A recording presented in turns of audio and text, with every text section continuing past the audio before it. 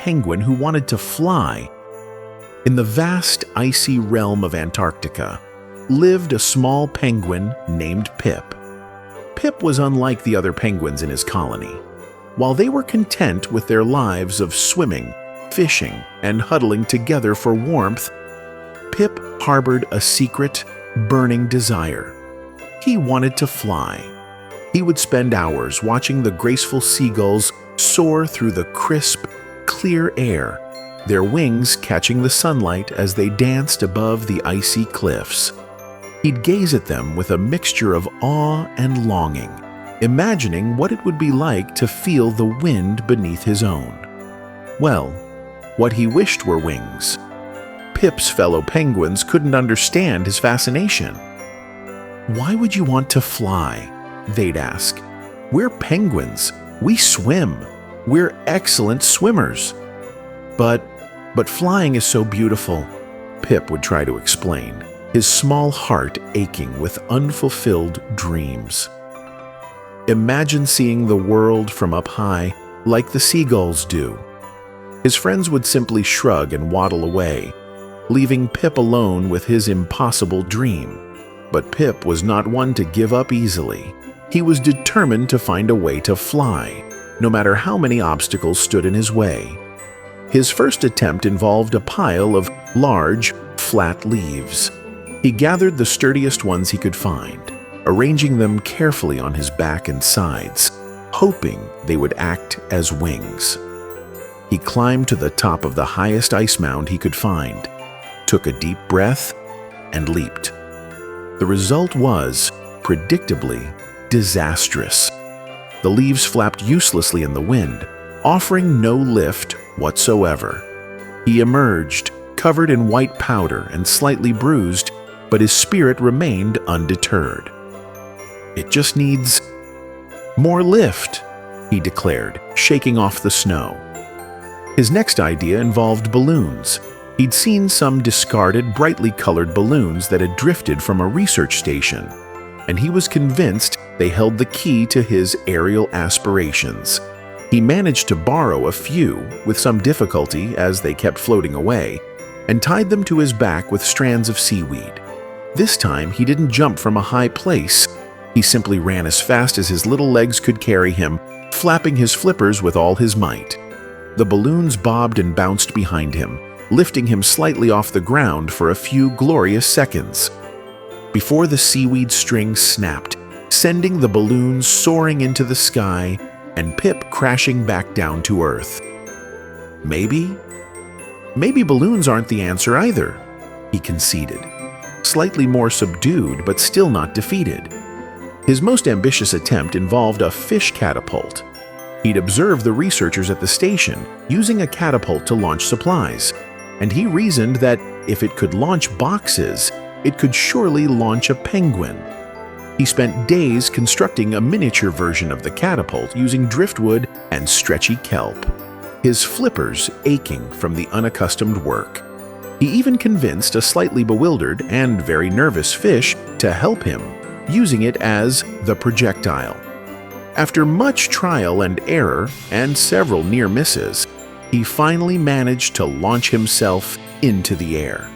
He soared through the air for a brief, exhilarating moment, higher than he'd ever been before. But the landing was less than graceful. He landed with a thud in a snowdrift, the wind knocked out of him, and his dreams momentarily dashed. After this series of failed attempts, Pip sat alone on a small iceberg, feeling a rare pang of discouragement. He watched the seagulls circling overhead, their effortless flight a stark contrast to his own clumsy efforts. "Why can't I fly like them?" he wondered aloud, his voice barely a whisper above the sound of the wind. Just then, an old, wise penguin waddled over to him. This was Elder Peng, the oldest and most respected member of the colony. "What troubles you, young Pip?" Elder Pengu asked. Pip hesitated for a moment, then poured out his heart, telling the elder penguin about his dream of flying and his many failed attempts. Elder Pengu listened patiently, his brow furrowed in thought. When Pip had finished, He spoke softly. "Pip," he said, "you have shown great determination and courage in pursuing your dream. Many would have given up long ago. But I haven't succeeded," Pip said sadly. "I'll never fly." "Perhaps," Elder Pengu said, "you are trying to fly in the wrong way." "What do you mean?" Pip asked, confused. "Look at your wings, Pip," Elder Pengu said, gesturing to Pip's flippers. "They are not like the wings of a seagull, are they?" Pip looked at his flippers. They were short and sturdy, perfect for paddling through the water, but they were clearly not designed for soaring through the air. "No," Pip admitted. "And what do you do with those wings?" Elder Pengu asked. "I swim," Pip said. "I'm a good swimmer, all penguins are." "More than good, Pip," Elder Pengu said. "You are exceptional. I have seen you move through the water with a speed and grace that rivals the fastest seals.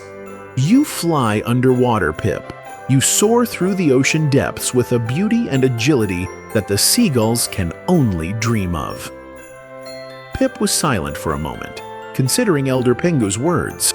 He had never thought of swimming as flying before, but as he thought about it, he realized the truth in the Elder Penguin's words. When he was underwater, he felt a sense of freedom and exhilaration that was similar to what he imagined flying would be like. He could twist and turn, dive and glide, moving through the water with incredible speed and precision. A slow smile spread across Pip's face as a new thought dawned on him. I do fly," he said, his voice filled with wonder. "I fly underwater." From that day on, Pip no longer yearned to fly in the sky. He embraced his natural abilities and became the most magnificent swimmer in the entire colony. He explored the underwater world with a newfound passion, discovering hidden grottos, chasing schools of shimmering fish, and flying through the deep blue with unparalleled joy. The other penguins who had once dismissed his dreams now marveled at his aquatic prowess. They would gather to watch him fly through the water, their eyes wide with admiration. Pip even taught them new techniques, showing them how to move with greater speed and agility, transforming them into even better swimmers. Pip's story spread throughout the penguin world, becoming a legend whispered from colony to colony. It was the tale of the penguin who wanted to fly, but learned that true flight wasn't about changing who you are, but about embracing what makes you special. It was a story about discovering your own unique gifts and finding joy in being exactly who you were meant to be.